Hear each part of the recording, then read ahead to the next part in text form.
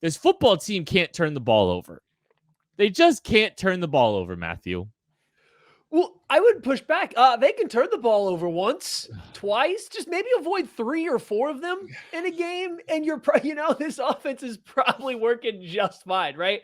They turned the ball over 3 times against the Jaguars in the first matchup. So they did that, and they gave up an onside kick recovery. So I would argue that that's losing the turnover battle 4-0. And they still won by 10 points, which was more than 10 points until the final couple minutes of the game. So, the Chiefs comfortably won. The Chiefs were comfortably able to put enough points up on the board despite the turnovers. We've seen from that moment on down the stretch, the Chiefs have been a little prone to turnovers, and they come in a myriad of different ways. There's fumbles on special teams. There's fumbles from ball carriers, from receivers. There's interceptions being thrown when they shouldn't be. Just you can't turn the ball over, and especially if you're going to do it, there's no real good place to turn the ball over. But the Chiefs have, had a pretty bad knack for turning the ball over in their own territory. Opponents are in scoring position already. I think that's really where your big issue is. Avoid those. The Chiefs can handle. The Chiefs offense can handle losing the turnover margin by 1 or 2. It's not perfect. It's not what the goal is, but they can handle it. I get a little bit more worried when it starts creeping up into 3, 4, 5 again, like it has been at times this year. Yeah, that's really concerning, especially for a Jaguars team that's really good at turning the ball over. And I say that, with a little trepidation. Turnovers are a little bit luck-based, obviously, here. So, you only have so much of that.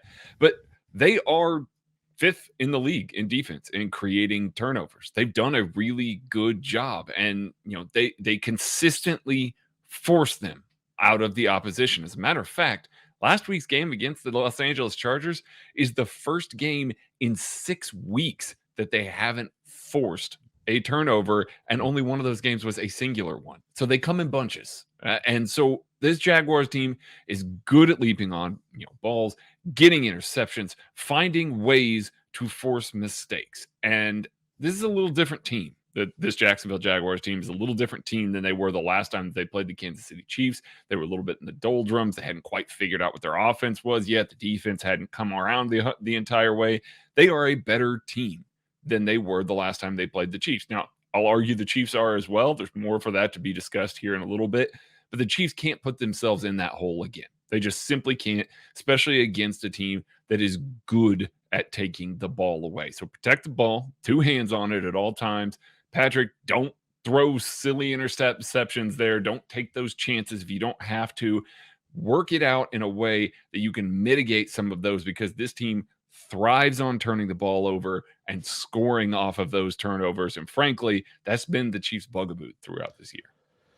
Yeah, I think it's just for this team, it's like, yes, can they get away with it a little bit? But this is not the time to be messing with that anymore. And I think that's what one of the points of emphasis needs to be, is like in this time when you're at the end of your season, you can't leave stuff like turnovers up for chance too much. And I trust Patrick Mahomes not to put the ball at risk too much. It's gonna fall on guys not putting the ball on the ground and fumbles. Now, I feel like they've had a little bit of when the ball gets on the ground, they've had a little bit of bad luck to this point too, I would say.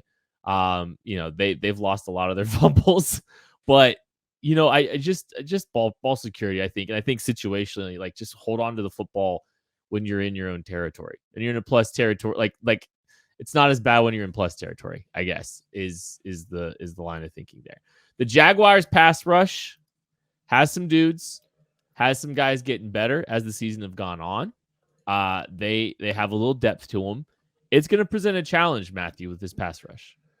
Yeah, so the Jaguars' sack percentage on the year is pretty low in the NFL. I think they are a bottom 10 team just in terms of, sacks per pass attempt.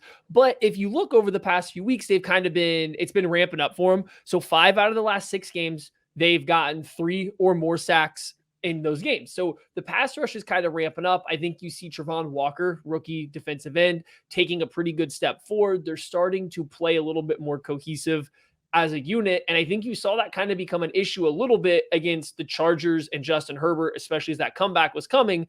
But now, using that same metric, I do want to say why this is kind of an interesting matchup to watch. The Chiefs haven't given up 3 sacks in a single game since the Tennessee Titans in week 9. So this is kind of 2 things battling it out. The Jaguars are on this tear of recording sacks and making sure they bring down opposing quarterbacks. Patrick Mahomes is very difficult to bring down. He's very difficult to actually sack. And even when you do, he's usually, losing like 1 or 2 yards on those plays. So that's something to keep your eye on, is just which one of these two units that are both playing pretty well here down the stretch really start to take over. Is it the pass rush getting the best of the Chiefs offensive line unit? Or is this rested up Chiefs offensive line unit going to be able to hold a pass rush in check that doesn't really have a star, and they don't really have a ton of guys that are great at winning one-on-one? They just kind of overwhelm you throughout the game, and they have multiple guys who are capable of winning at any point in time. They kind of search out a weakness, and the Chiefs whole unit will have to play together to avoid that from happening.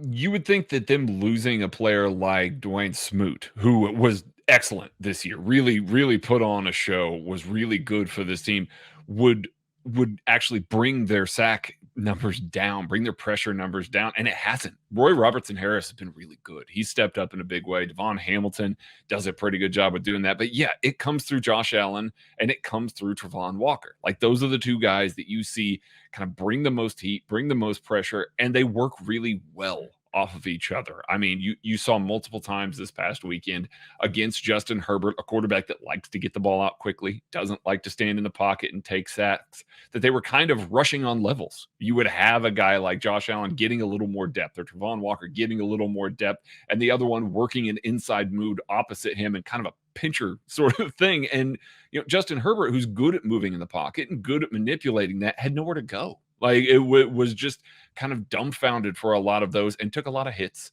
took some sacks. And it was part of the reason why the Jaguars were able to claw their way back in this game, because they got the Chargers offense to consistently stall out. The times that we have seen this Chiefs offense be even a little bit vulnerable this year, not just from turnovers, but the times that we've seen it has been when they've allowed a lot of hits on Patrick Mahomes, against teams that have done a good job bringing pressure, good job getting free hits, and a good job of rushing low numbers and still hitting the quarterback. Now, that's true of every quarterback, but it's definitely been the case when we've seen Patrick Mahomes look mortal this year. So got to do a good job. Orlando Brown Jr., Andrew Wiley have a lot on their plate this week. That rush duo is good rush duo. So protect the edges well. And I think that this goes in the Chiefs' way in the passing game.